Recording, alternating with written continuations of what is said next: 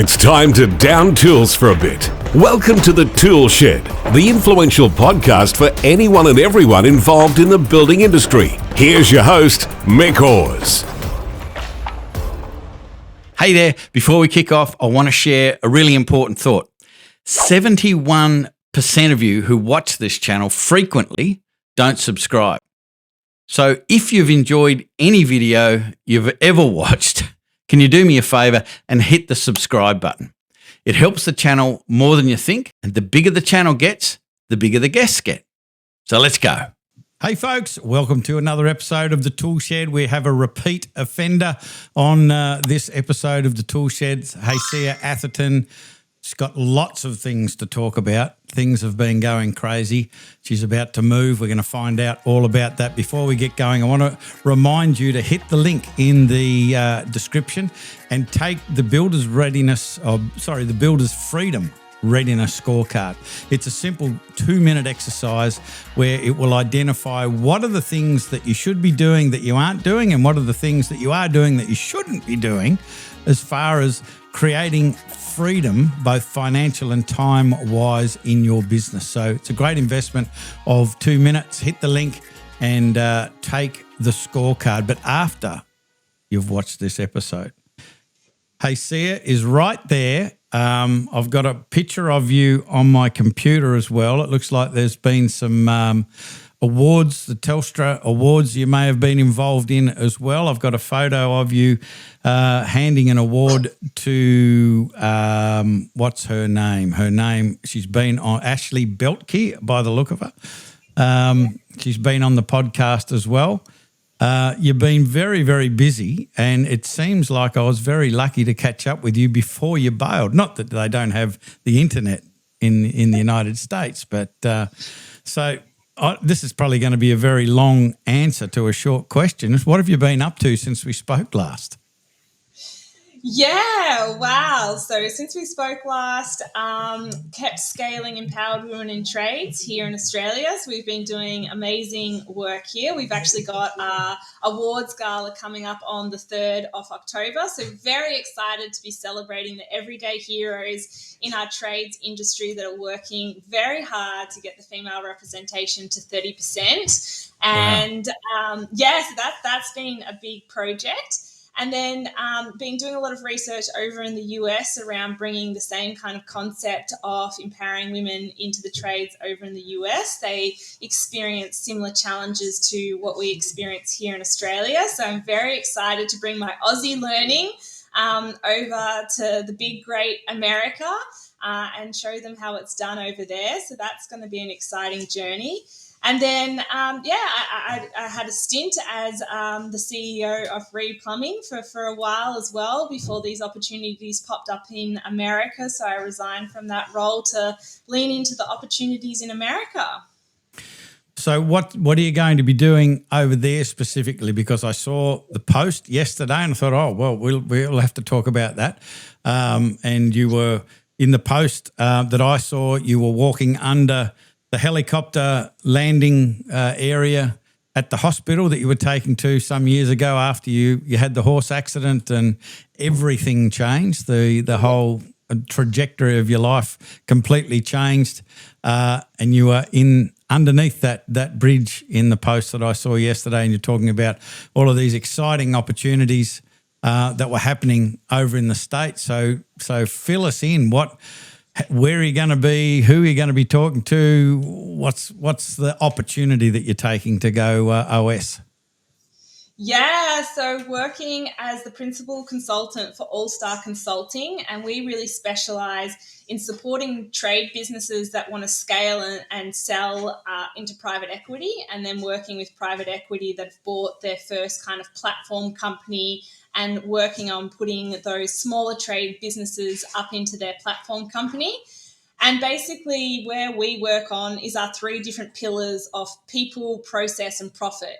So really working on that culture, because as you scale a trade business, if you don't have a good culture, then you're really going to burn your people out, as well as if you don't have good processes that can really really scales. So we kind of work with those trade businesses that I call are in the pirate stage. It's working, they're out there, but they're putting out a lot of spot fires. They kind of just, everyone's off doing their own thing sometimes, and transitioning them into the Navy kind of attitude of having really strong processes and systems in place. And that includes their onboarding of their team, their training of their apprenticeship, so there's consistency, and then they can scale their workforce. And then the profit pillar, again, looking at how they're structuring, are their pricing systems right? Is the actual entity structure a suitable structure to sell into the private equity system? Have they set their P&L and profit, that P&L and balance sheets up correctly? Because a lot of trade businesses as well, they started as an individual tradesperson, and then they've grown and grown and grown, and all of a sudden doing $10 million. And they're amazing tradies, but they're not exactly amazing accountants. So sometimes how they're structuring the actual P&L statements aren't exactly what private equity is looking for. And the end result is the trade business owner leaves so much money on the table, because private equity is not going to come in and say, oh, look, if you tidied this up, or if you improved that, or if you did this, would give you more money for your business. They can see where the easy wins are, and they'll lowball the price to be able to get the easy wins on their side. So I'm really excited to work with trade businesses to make sure that they're getting the best price for their business when they do actually sell. So we'll circle back to the mistakes that they make money-wise in a moment. But one of the first things you mentioned was culture, and it's so important, and it seems to be some weird grey area that many business owners don't quite understand. They don't understand the power of culture and the power of their own influence and what they will accept and tolerate has on the culture. So what are some of the things that you help people in trades businesses understand about the power of culture and how to create a quality culture? What is a quality culture? How do you get there? What stops most businesses having a quality culture? Lots of questions there. So the key sign is you as the business owner or a senior leader in the trades business. One, do you look forward to going to work on Monday morning? Or you're like, here we go again. We've got to just survive this week. It's not even 6 o'clock and my phone's already blowing up with spot fires that I've got to put out. You as a leader, is your team always coming to you with this problem, that problem, this problem, and you feel like you're down in the trenches actually solving all the problems and almost doing people's work for them? So as a business owner and a leader, that's a very key sign that you don't have an empowering culture, and you don't have a culture where your team really feels like they can bring solutions to you instead of problems. They're looking up to you to solve everything, and them not be the kind of solvers of the problem.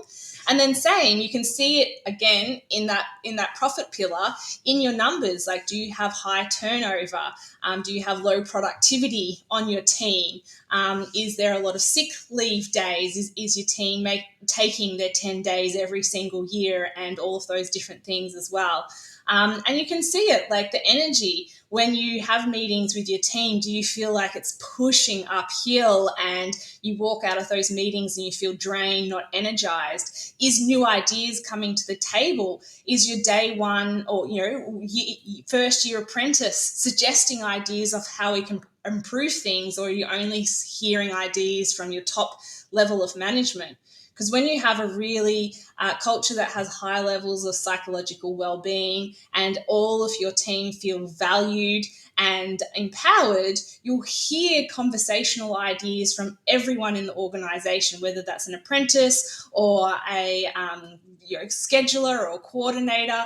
All of those people start coming to you with suggestions of ways that they can see improvements. But if you have a culture where people get shut down, they're too scared to suggest things and everything like that, you won't hear anything. You'll just hear like, oh, this client's grumpy, or this person has just resigned, and you just hear issues. So those are kind of, I guess, the telltale signs. And a lot of reasons this happens in trades businesses is the senior management in trades businesses have been on the tools themselves, which is amazing. They get how to do the trades, they get how to deliver high quality services to their clients, etc., but they haven't been given the leadership tools or the way to be able to step out of being, I call it a player on the field, to a coach of the players on the field. And that's what we have to do as leaders. And there's a really easy framework I always teach my leaders that I coach and work with is the 1-3-1 framework. Teach your team to come to you with a clearly defined problem, 3 potential solutions that they've seen to that problem, and what their recommendation is. And that way you're actually stepping to that coaching role, kind of vetting that recommendation and saying, yeah, you actually hit the nail on the head. That's a great way to solve this problem. Or actually, the 3 that you suggested, I think we're missing one angle. Let's look at a different way. And you start solving that problem with your team. That empowers them to actually go and execute the solution instead of all of the problem solving being on your shoulder as a leader. So that's just like one little framework that so many leaders in the trade space have never been taught. As well as another easy tip is defend your diary. I always, with my team, put in like, have you got a minute meeting slots? And that's when people can come and ask me questions instead of the constant bombarding of, have you got a minute? Have you got a minute? Have you got a minute? Every minute of the day, you need to actually set boundaries that allow your team to go, well, I can't meet with Hacia for another 2 hours. Is this a life or death problem? Do I need to meet with her now? Or is it something I can meet with her in 2 hours? And what usually happens in that 2 hours, your team works out how to solve the problem themselves. So that's kind of some of the examples of how you can really start building empowering cultures for your team. And you can start becoming the coach of the team, not the head player on the field. Which is kind of difficult for some tradies sort of getting off the tools and then having to play the coach role.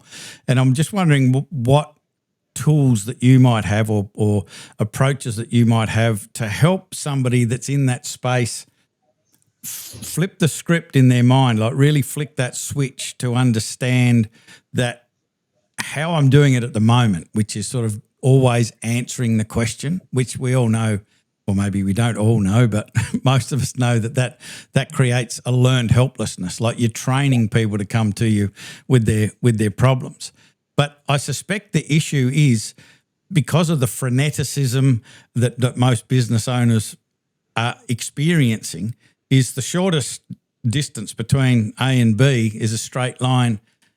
And if I do the 1-3-1 and get into it with them and all of that sort of stuff, that takes that long, whereas I could just give them the answer and they're out of my hair. And I understand that doing it this way is the best way. It's an investment in your future.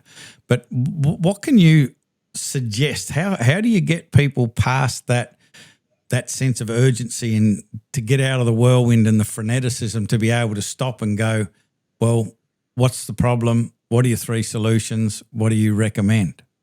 Yeah, an amazing question. And all forms of change, whether it's change in ourselves as leaders or change in processes or procedures or anything like that, I always like to call it that 1% change and doing it in increments. So if you've never done the 1-3-1 strategy before, give yourself an opportunity on the cycle of your week. If you know that Mondays are always hectic, but Thursdays, for example, are a little bit more quieter, or that's a day where you can take a breath, use that day. Go, okay, on that day when someone comes with me, I'll actually step through the 1-3-1 process with them because I've got half an hour in my diary. So when they come, instead of just answering straight away, say, hey, let's just step down and go through and mentor that person through it. And you might do it once a week or twice a week, depending where your flow is. Then all of a sudden that once a week or twice a week becomes routine, and then you can stretch yourself to trying to do it 3 times a week.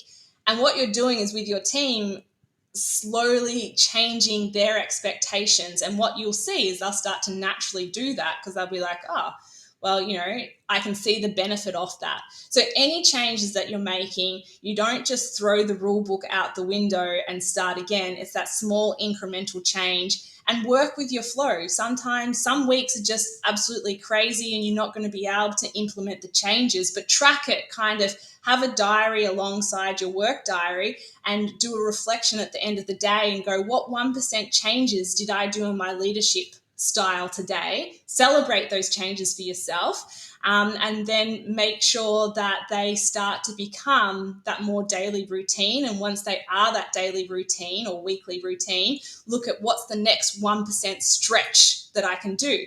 And if you do that over a year period, your leadership style will completely and utterly transform that 1% every week, every day. So I want to change gears a little bit, and hopefully you'll be able to answer this question. I'm suspecting that you will be able to. But sometimes we can give people all of these suggestions, but if they're just in that space energetically, or if they're just worn out, but either mentally or physically or both, which many business owners are, it's virtually impossible to get them to pay attention to that and implement that. So, we have a philosophy that, the business won't ever be right until the owner is right. And, ever since we had you on the program, I think it was well over a year ago, you pop up on my Facebook, my Instagram and LinkedIn, all over the place. I feel like a stalker, but you actually end up in my feed, right? So it's not creepy. I'm stalking you. Maybe I'm stalking you. It's the algorithm's got me. And like, you always look like $1 million. And I know that you've had significant health issues, like huge health issues. But I also know that you're everywhere. Like, you're all over the place and you're just working so hard and you're in so many places. So I'm hoping that you have something you can share philosophically or even from a technique point of view. How do you look after yourself to maintain that energy? And every time I see you, a photo, a video or whatever, you always bring the passion. And there has to be a secret to that, because most business owners I know look like they just fell out of a palm tree, like they've been dragged behind the ute for a while. What's your philosophy about health and well-being, particularly starting after the accident from well behind the 8 ball? So there's two things that I do a lot. The first one is super, super easy, and I call it like my 60-second to 3-minute recharge. And what that means, especially the 60-second, because sometimes you feel like you don't even have 3 minutes in your day. So the 60-second is literally step away, go to the toilet. I've gone to the toilet that many times just to do these 60 seconds. I go, geez, she's got a bad bladder. Yeah, exactly. Who cares? Just take yourself away where no one's going to like grab you, no one's going to interrupt you. Put your phone on airplane mode, put a 60-second timer on. Either close your eyes if you're that kind of person. I don't like closing my eyes because it makes my mind, especially if my mind's like really busy. So I will find like a dot on the floor or a crack in the tile or just somewhere that you can just stare at for 60 seconds. Focus on your breathing. Some people suggest like certain breathing patterns, but that's something that you then have to remember. I just focus on getting my breathing into a nice, steady, natural rhythm. So you just focus 60 seconds and just breathe in and out, just breathe in and out. And that's so amazing of how it just takes you out of that fight or flight kind of mindset and reset. If you can do that for up to 3 minutes, 3 minutes is the ideal situation. But again, if you're in a really, really intense meeting and all of those kind of things, you can step away for 60 seconds to take that breath and come back into the room. The 3 minutes might feel a little bit too long.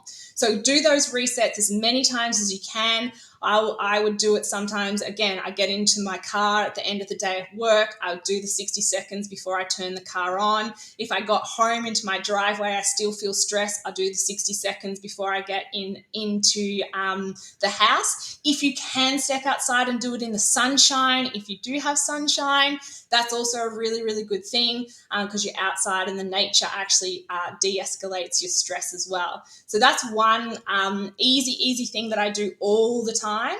And then the other one is living to a positive psychology framework called the PERMA framework. And this looks at positive emotion, engagement, a sense of meaning, relationships, and achievement. And I've gotten really good at kind of self-reflecting and going, what pillar am I really low at? Have I been giving myself a lot of negative self-talk? Have I been actually my own worst enemy? And do I need to focus on lifting up my positive energy and doing some gratitude practices, or just having that time with something that brings joy to you, whether that's going to a football game or taking your dogs for a walk or spending time with your kids, but really going, I'm feeling very negative. What can I engage with to build my positive emotion? Which then goes into that engagement pillar. So spending time where you've lost track of time and you've really kind of, felt like 5 minutes, but it's been 2 hours. And what are those things in your life, and making sure that you're actually doing that. That sense of meaning as well. When I had a really tough day at work, I would always sit down and go, why am I even showing up? What is my meaning? What's motivating me to show up and get through days like this? And that could be your family. It could be, again, like my mission of increasing the female representation. And I go, even if I've had a really tough day, I know this day has gotten us a little step closer to increasing that female representation. So I really celebrate myself for sticking up with the hard day, getting through it, because it's got me a step closer to my mission.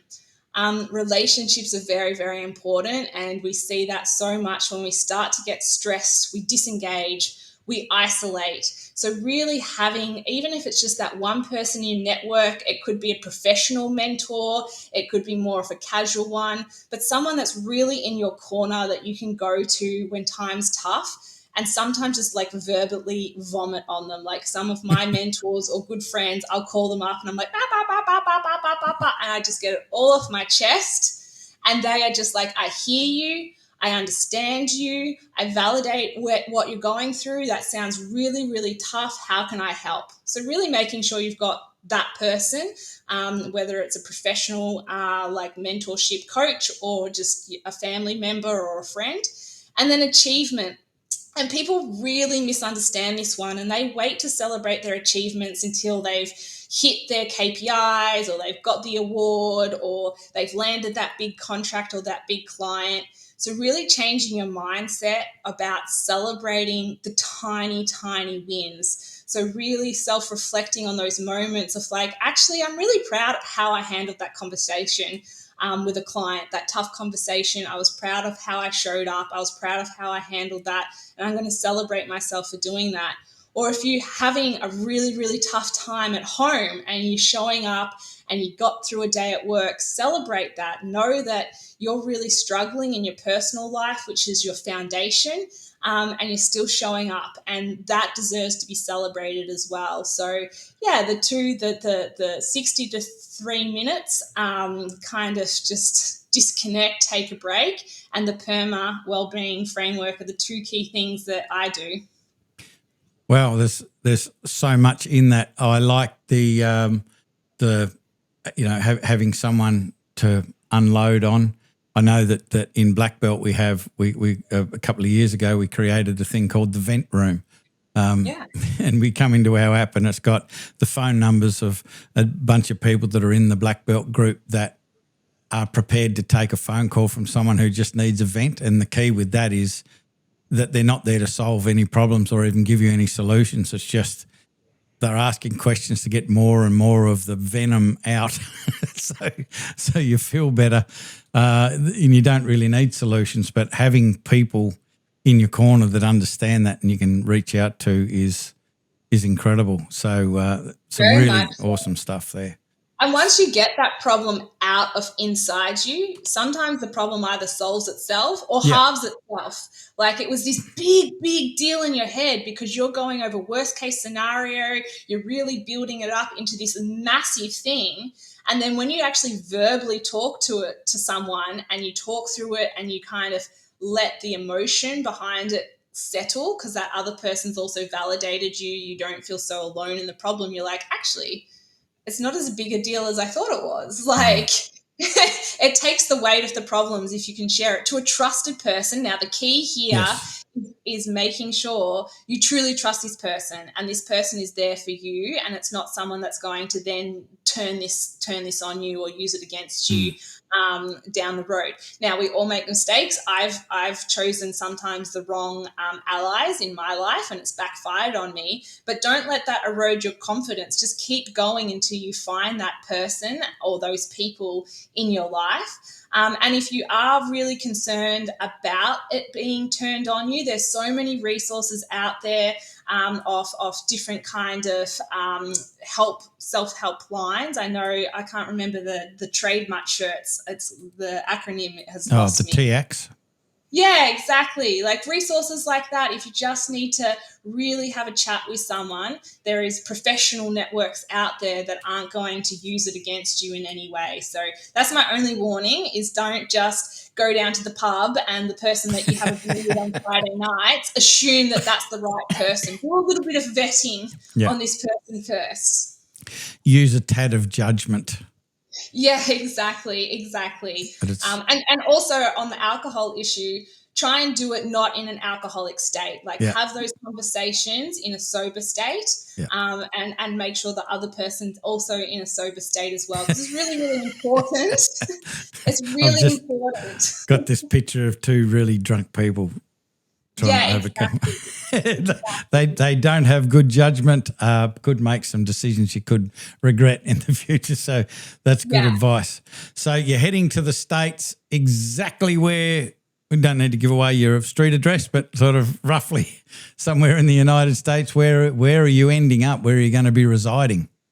In sunny Florida. So wow.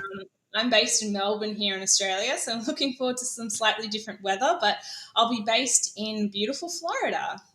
Right. Well, I've been over to Florida one time, many, many moons ago. I got a call up from, she was our number one tennis player at the time, Samantha Stozer, and said, would you come over and do some coaching? So I got to go over to Tampa in Florida and just near where there you go. It's the airport I fly into. So there you go.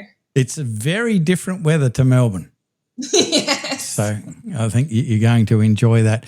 And so will you be fundamentally working around there or will you be all over the country? Yeah, definitely all over the country as well. That will just be home base for me. And then, working all over the States. And will we see you back here or have we lost you forever? No.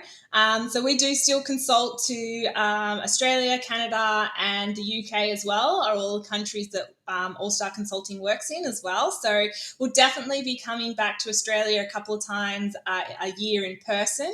And for my clients that are already here that I do coaching and work with, I will still be working with them over Zoom and stuff. And I've still got my amazing Empowered Women in Trades here. So Mel has taken over the general manager role and she's looking after my baby day to day. So very excited when I come back to twice a year to reconnect with the EWIT village and see all the amazing work everyone's doing. Yeah, I noticed, and that was the picture that I've got up here. So it must be a promotional post on LinkedIn that the awards are coming up on the 3rd of October. Melinda's been on the podcast as well. We've had a great chat with her, and it's just I want to tip the hat to you and Mel and everyone that contributes to the Empowered Women in Trades, doing some great stuff. As I said, I've met some really amazing people through our connection, and the photo I've got in front of me there with Ashley Belke, like I've been watching her podcast as well. She's launched a podcast, and things are just going from strength to strength. So what are sort of just in closing, what are some of the things that you're hoping to achieve, some of the goals, some of the objectives sort of in the next few years you've got with empowered women in trades? What can we expect to see? So we're very much focusing on growing our Empowered Women in Trades Alliance membership base, which is our corporates at the moment. And part of the reason for that is it takes a village. And we really want to bring together those organisations that are like-minded to us, but also need the help and the resources as well. And some of them feel quite lonely on the journeys of changing their corporate culture, of sometimes bringing women into their organisation for the first time in a trades-based position, which can be quite daunting as well. So it's really great to build that community where we can connect all of those organisations together. And then my personal passion in this space is really starting to create a lot more resources and co-design them with men in the industry of what support they need, so we can empower the men in the industry to truly empower the women in the industry as well. And I'm very aware that as women, we don't know necessarily the challenges that men go through in this conversation, and we need to create a really safe space for men's voices to be heard in this journey and understand the resources that men need to have to be able to really get to that 30% female representation, so that they feel empowered and then they feel supported, and that it's a co-designed journey. Because at the end of the day, trades is a human's job. It's a job where human beings can thrive, and I really want to see an industry where there's high levels of psychological well-being for men and women in the industry. Yeah, it's a real challenge, that particularly, like just thinking on the issues and the challenges that the men have, because they're not real good at talking about it. So it's not something that is kind of easily unpacked and understood, although that there is progress being made. I was speaking to a young chap by the name of Troy who came on the podcast a little while ago and told his story, which was a really empowering and inspirational story. And a lot of it is some of these groups are popping up where guys can get together and they create a safe space to be able to genuinely talk about what's going on inside, which is, it's really important. And as you say, it's a people thing. It's not, a male female thing. And it's just wonderful to see the great work that you're doing and all of these other amazing people are doing to contribute to the betterment of the building and the trades industry. So I want to thank you for taking the time to be on the podcast. You're packing up as we speak, ready to jump on a plane and go over there and kick some butt over in the States. I guess your social media algorithm will be stalking me, and I'll just stay in touch and know what's going on pretty much every day, as I have been. And it's a fascinating story to watch. I wish you the absolute very best. You deserve all of the success that you've got coming to, because you work so hard and you care so much. And it's been really a pleasure and a privilege to meet you. Have had you on the podcast a couple of times now. Hopefully we'll get you back again at some stage in the future when you've got your feet on the ground over in the US of A. Yes, that will be amazing, and I'm really excited about the journey ahead. I'm really excited to bring to America the learnings that I've had from what we've been doing in Australia, and I think there's going to be a lot of benefit to take that knowledge over to the US. So I'm very, very proud of the work that we've been doing on our tiny little island here compared to the United States of America. I'm very proud to be over there letting them know how us Aussies have been really making some fantastic strides in this space. Yep, I look forward to observing the journey through my social media stalking. So thank you very much. All of the best over there. Thank you. So, folks, there you have it. Hacia is heading out. I was going to say west or east. I don't know which way she's going to go, but she'll find her way there over to Florida, and I'm sure she will be incredibly successful and influential over there as well. Before we bail, just a quick reminder to make sure you do the Builders Freedom Readiness Scorecard, 2 minutes, and you'll get some very, very valuable stuff in your inbox shortly thereafter that's tailored to the answers that you gave to the questions in the quiz. 2 minutes, and it's a great return on your investment. So we'll be back with another episode of the ToolShed podcast. Before you know it, I'm Mick Hawes from Builders Business Black Belt. That is all. I am out. Bye for now. You've been listening to the ToolShed. If this podcast struck a chord with you, make sure you spread the word by sharing it with your mates in the building industry. We love your help to make the building industry better for everyone involved.